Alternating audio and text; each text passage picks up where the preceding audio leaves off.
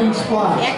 So now, if you have not signed up or signed in, please do that now. We're going to start momentarily. We got a couple of VIPs. They're already here, so we're ready to go. So we're going to take maybe 2 more minutes and we'll get started.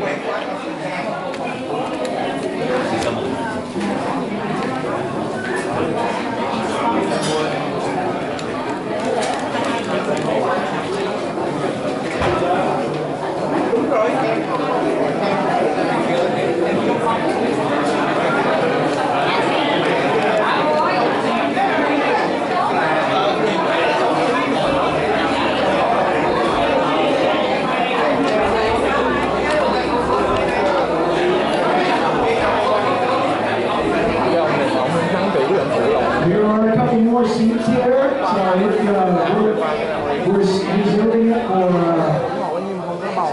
special guests and elderly person. If you need to sit down.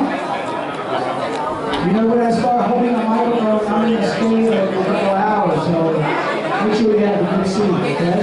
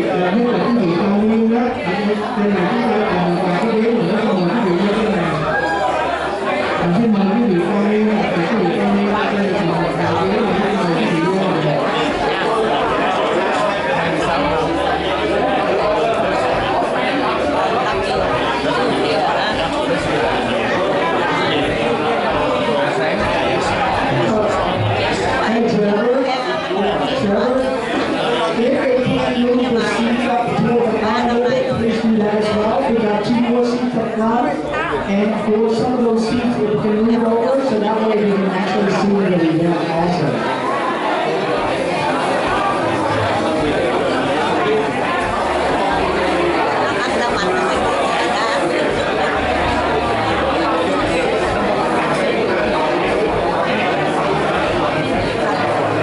Okay, we're going to start in a moment.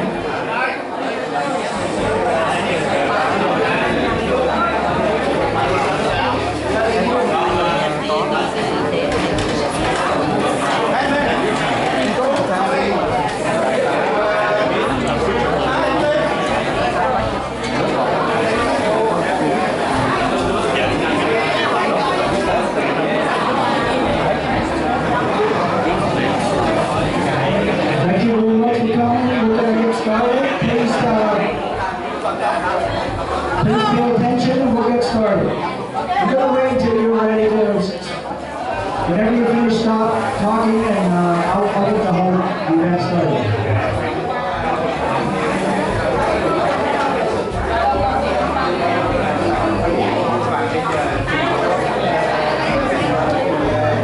We're still having a lot of people coming in.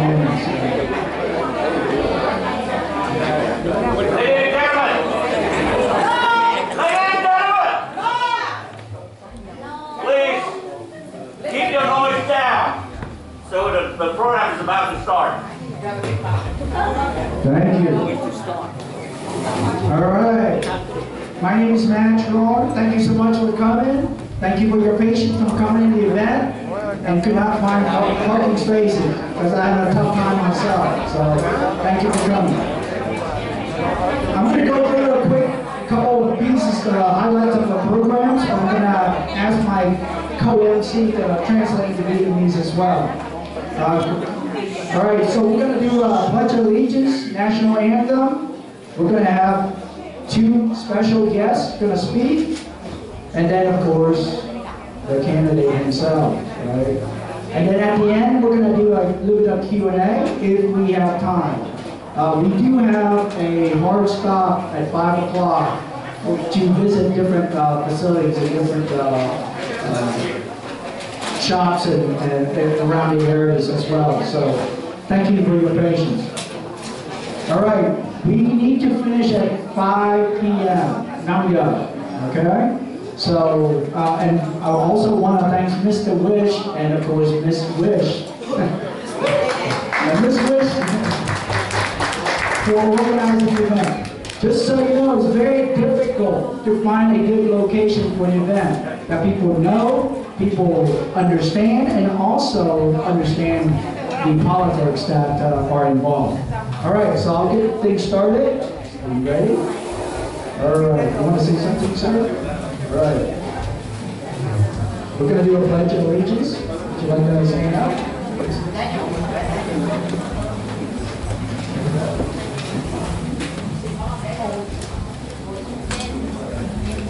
I pledge allegiance to the United States of America, to the republic which stands one nation under God, indivisible, with liberty and justice for all. Thank you. Please remain standing for the national anthem. United States first.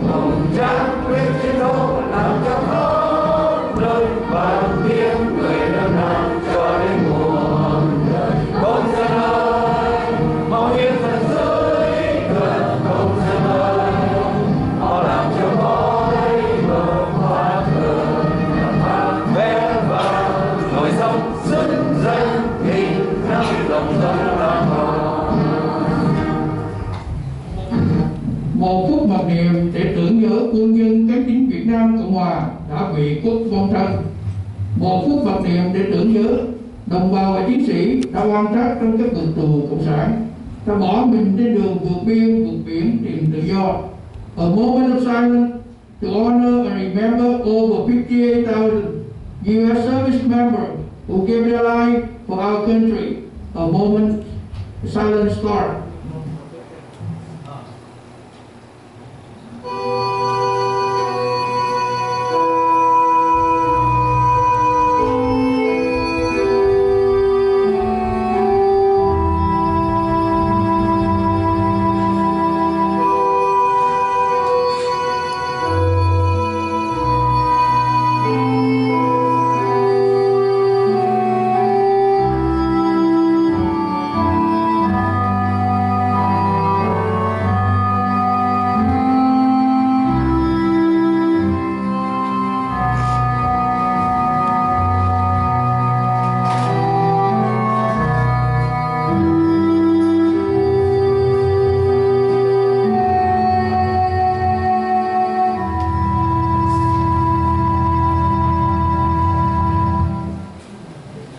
Thank you. You can be seated.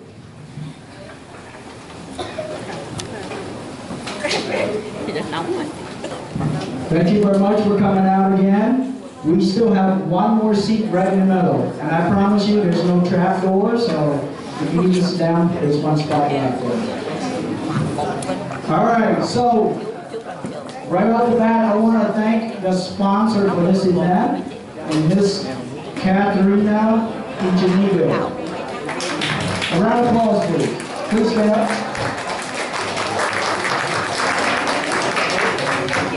Yeah, would you like to say a few words? Yeah.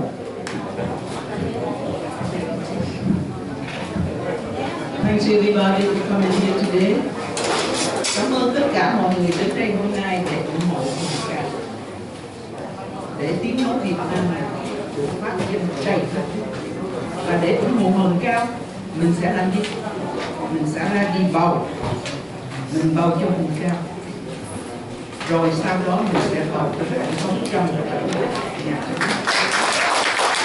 để cảm thấy là cho những người được diễn trải ở đó.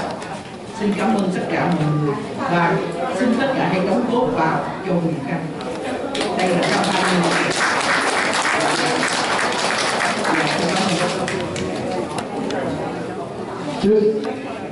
Okay, so just like any adventure, there's always money, time, energy, and effort involved. Right? I know it takes a lot of courage, a lot of time, a lot of patience to run for office. I know a little bit about that. And before I even move forward, I also want to thank the spouse of the candidate as well. So please stand up. If you want to say a good word?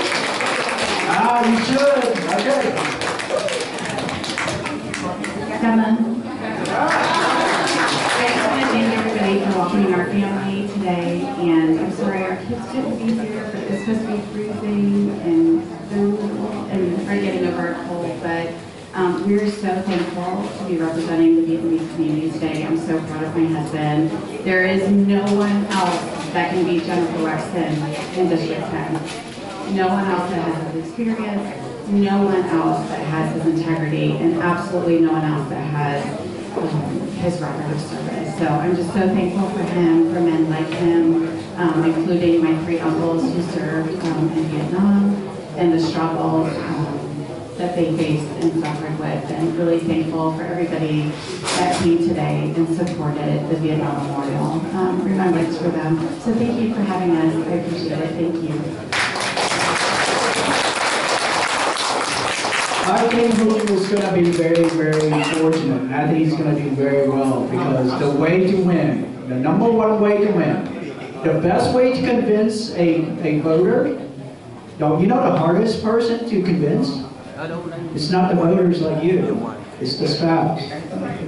That's how it's done. And he was able to convince her, and she totally supported him on that, as you can tell. So good luck to you, and I think you're going to do very well. And now going back to the expenses, all that, if you would like to donate and volunteer, right? Please introduce yourself and provide the check to J.R. O'Rourke. He's right here. Raise your hands again. All right, so dive right to the next speaker.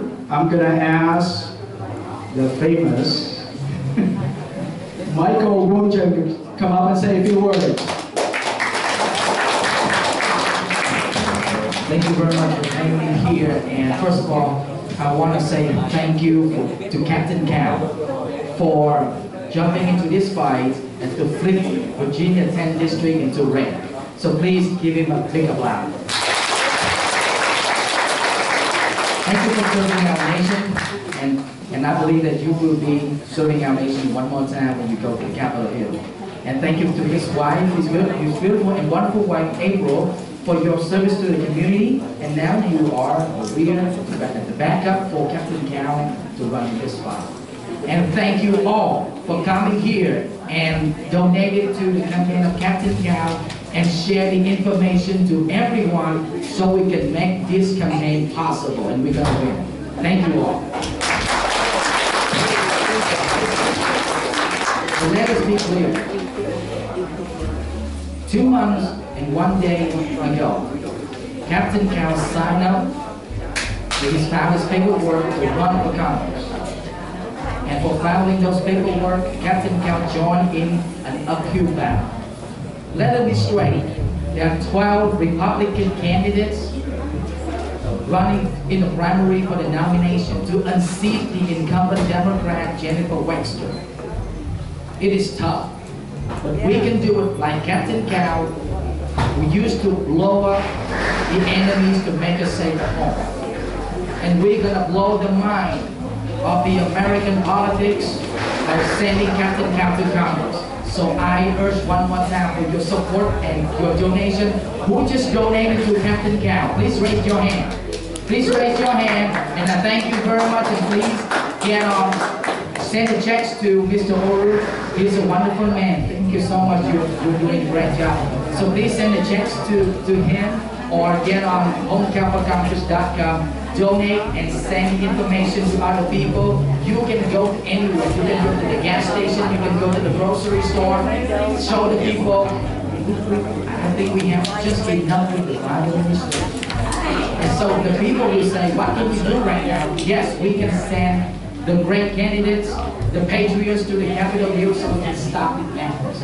So I wish all the best to you, Captain Cal, and thank you all. We can make it, and we will meet each other one more time maybe on November 9th, 2022, to celebrate his election. But remember, for people in the 10th District of Virginia, May 21st is the primary date. Please don't forget and tell other people. May 21st is the primary. Make Captain Cal the winner of the primary, and then he's going to win the election for you. Thank you very much.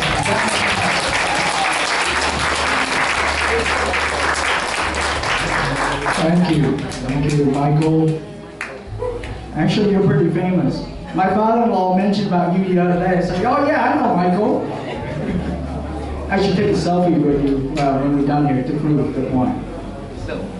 Folks, it is a primary, and thank you for pointing that out. May 21st. If you're in the 10th Congressional District, please vote, and please tell your friends, your neighbor, your churchgoer, you're out and vote.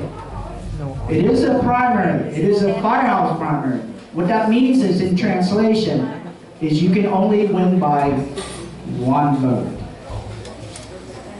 Okay? The story is usually saying, you know what? I'm busy with my kids. I got things to do. I don't have time for this. It's my Saturday that I need to sleep in. All of these. But it is extremely important because we got a country to save. We got a country to save. And you might come back and tell me, you know what? 1 more vote, no big deal, right? Well, I can tell you, you can only lose in less than 5 votes. If you want to know the story, I can tell you, because I was the one that experienced it. So don't let it happen to Home Cal, all right? You promise me you're going to go out and vote for Home, right? Round of applause if you agree with me. For those who don't know about Vietnamese, I'm actually thinking about his name, and I thought, man, his parents knew exactly how to name him. Right? Just so you know, Home means bravery. Right? Cal, in this case, is highest level. Tall. Right? Very tall. Very tall. Very tall. Right? So it's a total bravery. So they knew exactly how to name him. Right? And he lived up to his name because he protects our country and keep it safe. So that way we can have what we're doing right now. Imagine where we are in Ukraine today. Right? We have Captain Cal here to make sure that we have a good time here. The only concern we have is finding a parking spot. People won't scratch our cars. Right? Think about that. Right? Freedom is not free, and we need people like him to make us safe. Right? So with that in mind, I'm going to turn over to my co-MC, Mr. Home, to say a few words in Vietnamese, I'm sure. Round of applause for him, please. Thank you, man. Xin chào tất cả quý vị, chào quý đi trưởng và chiến hữu.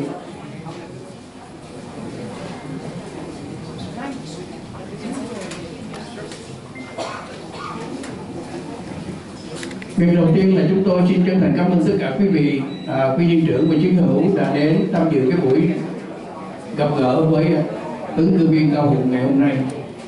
Cái sự hiện diện của quý vị nó rất là quan trọng, đó là một động lực và sẽ giúp cho cái sự chiến thắng của anh Cao Hùng trong những ngày sắp tới. Quý vị có đồng ý vậy không ạ? Thành ra vì vậy chúng tôi chân thành cảm ơn tất cả quý vị, và nhất là quý vị là cái ngày bầu cử ở trong cái chương trình của Virginia này sẽ có 2 lần đi bầu. Cái lần đầu tiên là primary vào cái ngày 21 tháng 5, và sau đó đó anh Cao Hùng sẽ phải tranh đấu với 11 người ứng cử viên khác.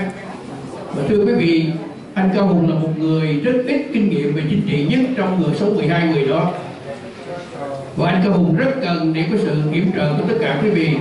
Những quý vị đang có mặt ngày hôm nay tại đây, quý vị có thể không phải là những người của đơn vị 10 của Virginia, tuy nhiên quý vị vẫn có thể yểm trợ anh Hùng được bằng cách quý vị gửi những sản phẩm tài chính gửi về cho campaign của anh Hùng. Không những như vậy, đây có một vấn đề quan trọng nữa thưa quý vị. Nếu quý vị yểm trợ 100 đồng, nhưng quý vị có thể chia ra làm trong gia đình có 4 người, mỗi người 25 đồng, và đồng thời dùng cái email đó để chuyển qua online, thì lúc bây giờ Ủy ban vận động của Đảng Cộng hòa Virginia đó, họ sẽ tính cái số người đã tham dự cái cuộc vận động và họ sẽ đánh giá cao với cái người ứng cử viên Cao Hùng. Quý vị có đồng ý với việc tôi vừa nói không ạ? Tại đó một cái điều ít có người để ý, nhưng mà nó là như thế đó quý vị. 5 đồng, 10 đồng, 20 đồng cũng được. Cái số tiền 100 đồng nó mình chia đều ra trở thành cái số người tham dự đông hơn. Đó là điều mà anh Hùng rất là cần thiết, cái sự giúp đỡ của tất cả quý vị.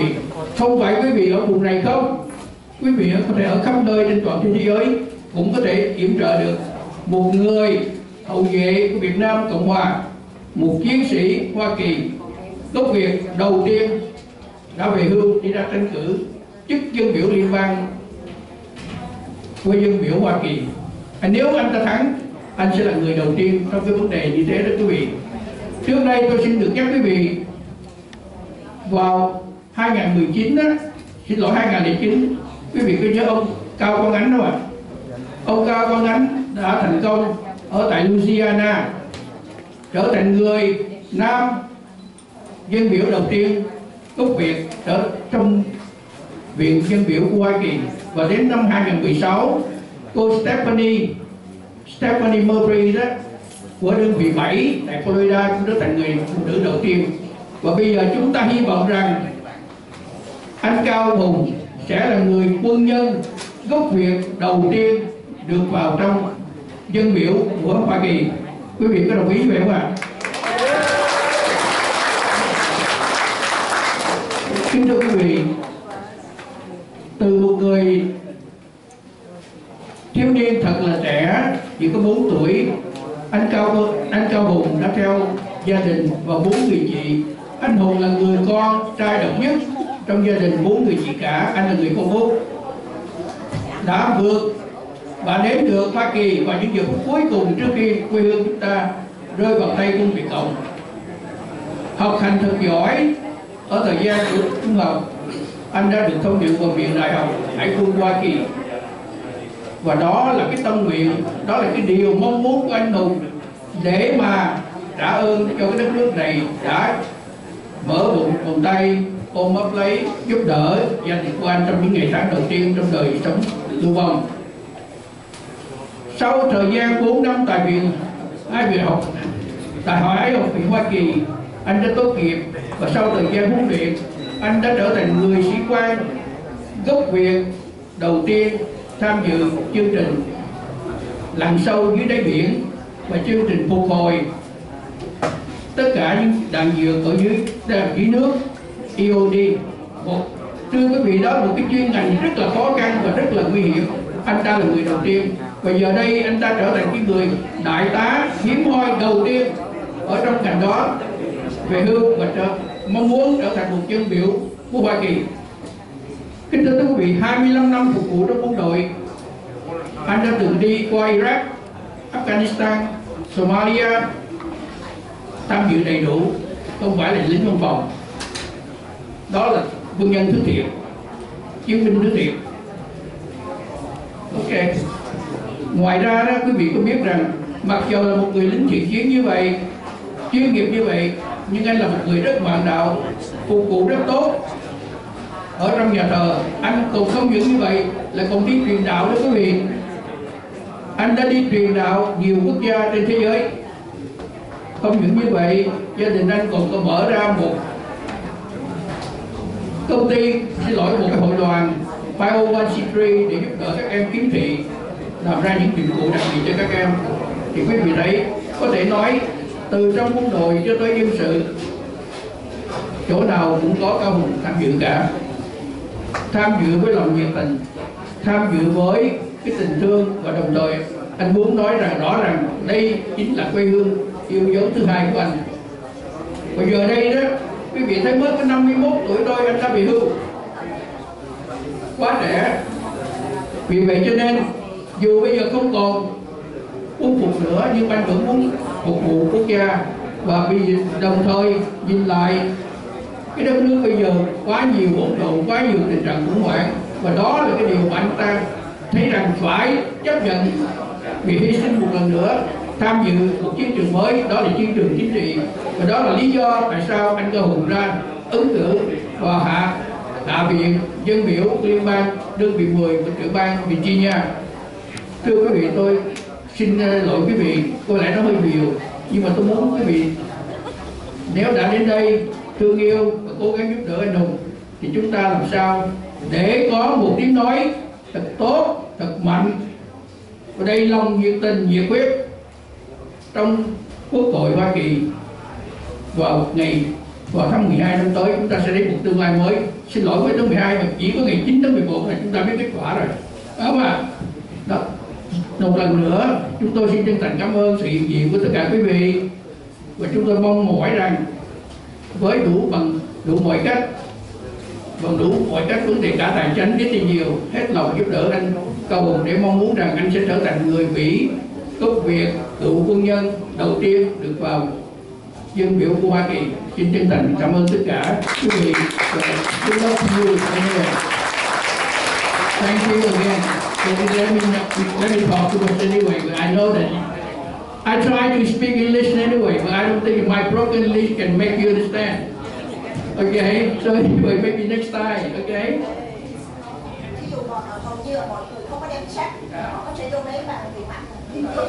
Yeah, so please donate by cash also, because I know a lot of us. Tiền mặt bị trấu rồi dữ lắm á, tiền mặt không được đâu á, bình thường. Xin nói lại nha. Dạ thưa quý vị, xin thế này, nếu quý vị không có mang check thì quý vị cũng có thể donate bằng tiền mặt, và nếu không được nữa thì quý vị về nhà đó là quý vị có thể dùng online, nó còn tiện hơn nữa. Ví dụ trong nhà có 4 người, mình dùng 4 cái email trở thành 4 người trong gia đình cùng donate hết. Quý vị nhớ nha, và xin chân thành cảm ơn tất cả quý vị.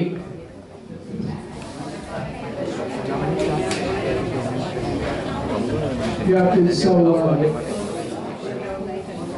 in summary, most of us in this area don't carry credit cards. If you have cash and you'd like to donate, yes, you can do that, absolutely. We just need to obtain a little bit of your information for federal election rules. That's all that is. So thank you very much. But before, I'm going to do it really quick, because Mr. Hùng did a great job summarizing in Vietnamese, but I'm going to touch maybe 1 or 2 points, and then I'll have the next congressman to come up and talk. So Hùng came here when he was only 4 years old, right, with his sisters.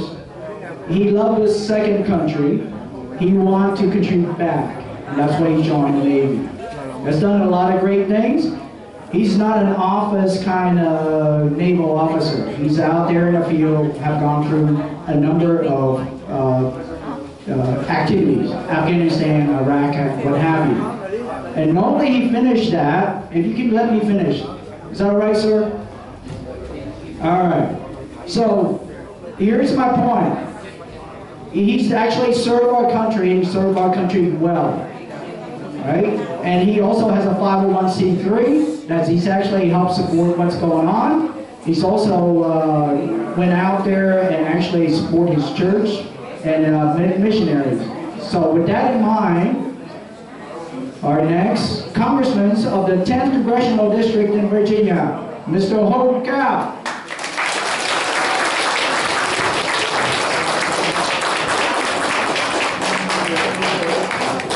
Cảm ơn mấy người ông bà đã tới đây. Thank you, ladies and gentlemen, for being here today. Bữa nay chắc cái giá của xăng và dầu nó cao đến nỗi mà ông trời mới tắt cái heat luôn. So just to translate for you, the price of oil and gas is so high that God had to turn off the heat today. So,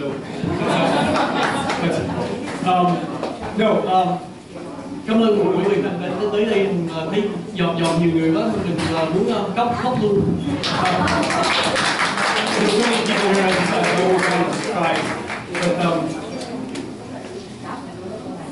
cái khó nhất cho Hùng á là khi mà mỗi người họ nói thank you for your service, cái đó là khó nhất vậy đó. Nếu mà họ biết là cái xứ này cho mình cái gì đó, mình cái này là cái đồ mà khi mà Hùng vô quân đội là để cảm ơn cái nước này.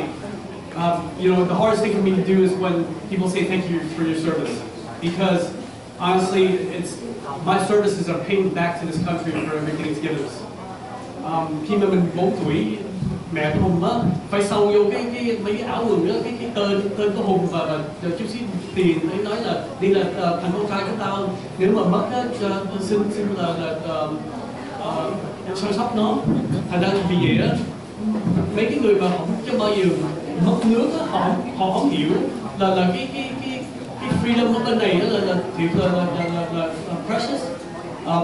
When I was 4 years old, my mom had to sew into our clothes notes. This is my son, and a little money, please take care of him in case we get separated. So people who've never lost a country don't understand how precious and how fragile liberty is. And vì vậy, hôm mấy mình vô trong muốn đi làm ứng cử thì đó, khi mình dọn cái cabo rớt á, giống như là sứ biển nó rớt á, Hùng mới qua bên đó từ tháng Giêng 21, cái tự nhiên 6 tháng sau cái nó mình mất cái sứ đó, mình lấy nhập bên đó 20 năm. Cái tự nhiên ông Lai đang làm rớt luôn, rồi mình phải phải coi là nếu mà mình mất xứ này á, xứ Mỹ này á, mình không có chỗ nào khác đi á. So the hardest thing is when I was I left Kabul in 2021, January 2021, and 6 months later, this administration caused the country to fall, and we've been over there for 20 years. And if America is the Alamo, what happens when we lose the Alamo? And that's why I'm going to Congress. Ông Ronald Reagan ông nói là khi mà mình có thể qua bên Đức, mình có thể qua bên Tây, mình qua bên Anh Lê, mà không có bao giờ mình là người Tây, người Đức hay là người Anh Lê, mà ai cũng qua bên Mỹ thành là người Mỹ hết.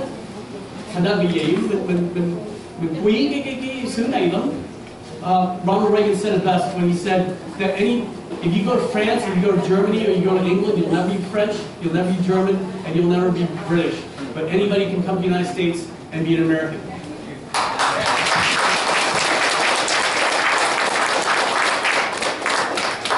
I don't have to speak in French, right? Personne ne parle français ici? Okay, très bien. Okay.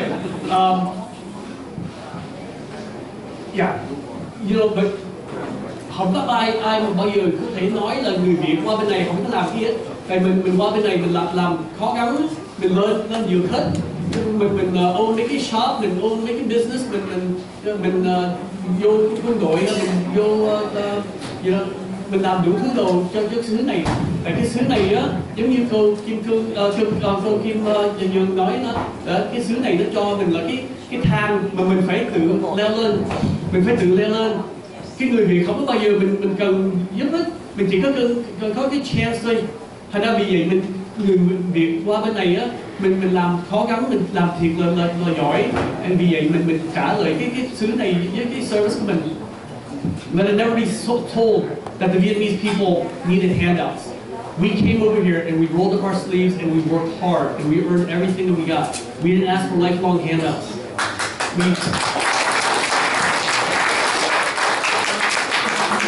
One of my mentors, Miss KỳHùng, said, America provided the ladder, but you still have to climb up yourself. So let it never be said that the Vietnamese people needed any help. All we needed was the opportunity.